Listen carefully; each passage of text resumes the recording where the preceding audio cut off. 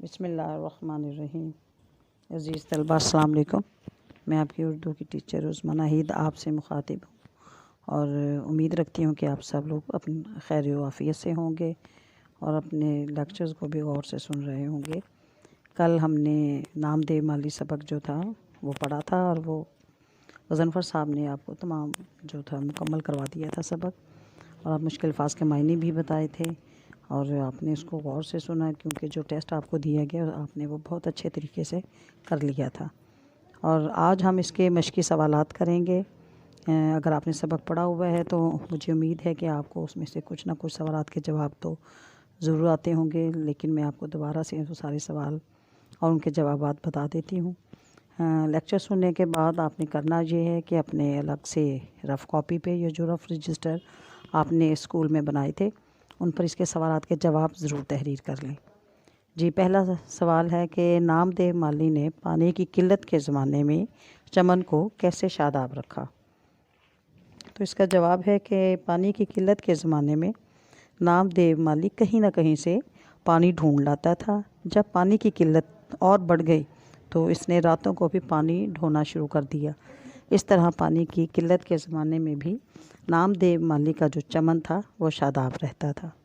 सवाल नंबर 2 है कि नामदेव माली ने इनाम लेने से क्यों इनकार किया। जवाब है, जब उस मुसन्निफ़ ने इनाम की पेशकश की तो उसने ये कहकर इनाम लेने से इनकार कर दिया कि अपने बच्चों के पालने पोसने में भी कभी कोई इनाम का मुस्तहक होता है। सवाल नंबर 3, लोग बच्चों के इलाज के लिए नामदेव के पास क्यों आते थे।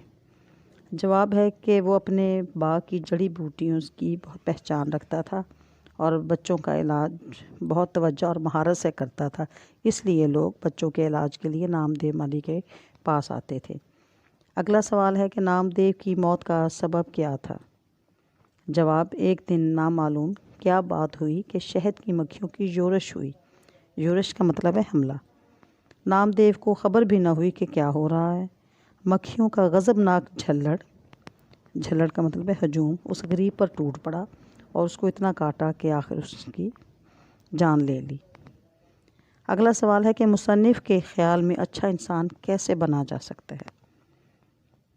हर शख्स में कुदरत ने कोई ना कोई सलाहियत रखी होती है। इस सलाहियत को दर्जे कमाल तक पहुंचाने की कोशिश से ही इंसान जो है वो एक अच्छा इंसान और मुफीद इंसान बन सकता है। अगला सवाल है कि नामदेव माली के औसाफ में से सबसे नुमाया वस्फ़ क्या है। नामदेव माली के औसाफ में से सबसे नुमाया वस्फ़ उसका काम से सच्चा लगाव और मोहब्बत करना है। इसके बाद बेटा आते हैं कि सबक के मतन को मद्देनज़र रख के दुरुस्त जवाबात दीजिए।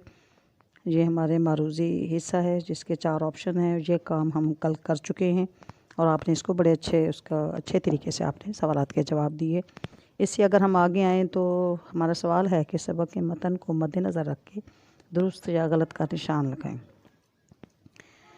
तो इसका पहला जुज़ है सच्चाई, नेकी और हुस्न किसी की मिरास नहीं, बिल्कुल दुरुस्त है। अगला है कि नामदेव फूलों और फलों की शनाख्त रखता था, गलत। नामदेव माली 2 बच्चों का बाप था, ये भी गलत है। दर्जे कमाल तक पहुंचने के लिए कोशिश से हर कोई दर्जे कमाल तक पहुंच सकता है, ये भी गलत है। नामदेव माली मकबरा दुरानी के बाग में चौकीदार था, ये भी गलत है। अगला जुज़ है कि बेमज़ा काम नहीं बेगार है, बिल्कुल ठीक है। नामदेव माली बच्चों की इलाज में बड़ी महारत रखता था, दुरुस्त है। बाग के दरोगा को दूसरों से काम लेना नहीं आता था, गलत है। नामदेव शहद की मक्खियों के काटने से फौत हो गया, ये दुरुस्त है। हाँ, आगे ख़ुलासा जो आप तैयार कर लेते हैं। ख़ुलासा आम तौर पे तीसरा हिस्सा होता है, लेकिन मैं अपने बच्चों से कहती होती हूँ कि जो आपकी आंसर शीट होती है, आपका रजिस्टर के 2 सफ़े भरे हुए हों, कम से कम पूरे हों, उससे कम नहीं होना चाहिए।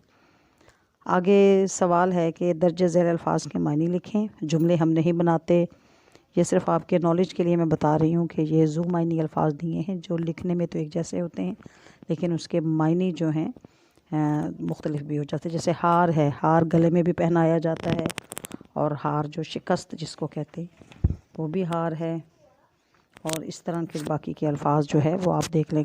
कलम है, लिखने वाला भी है कलम, और काटी हुई शाख जो होती है उसको भी कलम कहते हैं। कान, जो हमारा कान है, हमारे जिस्म का हिस्सा है कान, जो कोयले की कान जहाँ से मादनियात निकलती हैं। और ये उर्दू का एक मज़मून है उर्दू हमारा, जैसे, और उर्दू ज़ुबान भी है। कफ़, बाजू के कफ़ जो है, बाजू के कपड़े की जो दोहरी सिलाई होती है उसको भी कफ़ कहते हैं। कफ़ झाग को भी कहते हैं।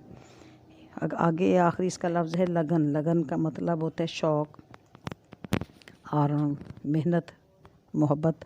और लगन जो है तश्त, यानी कि लगन पानी से भरा हुआ था, कोई ट्रे टाइप की चीज़ जिसको लगन पे कहते हैं।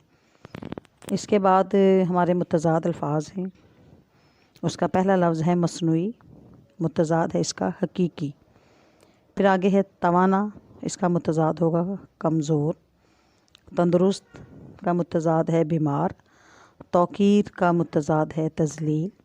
मोहब्बत का मुतज़ाद है नफ़रत। तिरयाक का मुतज़ाद है ज़हर। और रहबर का मुतज़ाद है रहज़न। यहाँ पे हमारी आज की जो है मश्क जो है वो ख़त्म हो गई है, और उम्मीद है आपने इसको गौर से सुना होगा। आप इन सवालात के जवाबात को गौर से सुनिए, और आपको तकरीबन आधे घंटे के बाद इसमें से मैं कुछ सवालात दूँगी जिसके आपने जवाबात लिख के मुझे भेजने होंगे। और बेटा जब आप लोग अपना सवालों के जवाब भेजें तो कोशिश करें या तो ग्रुप में भेजें, या अगर आप मेरे पर्सनल नंबर पे भी उसको भेजते हैं तो उसमें अपनी क्लास को मेंशन ज़रूर करें, क्योंकि अगर जब ये लेक्चर 3 क्लासेस में जाता है तो 3 क्लासों के बच्चों के सेक्शन को ढूंढना ज़रा मुश्किल हो जाता है, उनकी पहचान नहीं होती। तो इसके लिए आप थोड़ा कोशिश करें, या तो अपना सेक्शन और नाम भी लिखें या फिर अपने अपने ग्रुप में भेज दें। उम्मीद है आपने लेक्चर जो है वो गौर से सुना होगा। अगर आपको इसमें से कोई बात समझ नहीं आई तो आप मुझे मैसेज कर दें, मैं आपके तमाम सवालात के जवाब दूंगी। बाकी तमाम असातिज़ा भी इस वक्त ऑनलाइन आपके सवालों के जवाब देने के लिए बैठे हुए हैं। और घर पे रहिएगा। अल्लाह आपको अपने हिफ्ज़-ओ-मान में रखे। अल्लाह हाफ़िज़।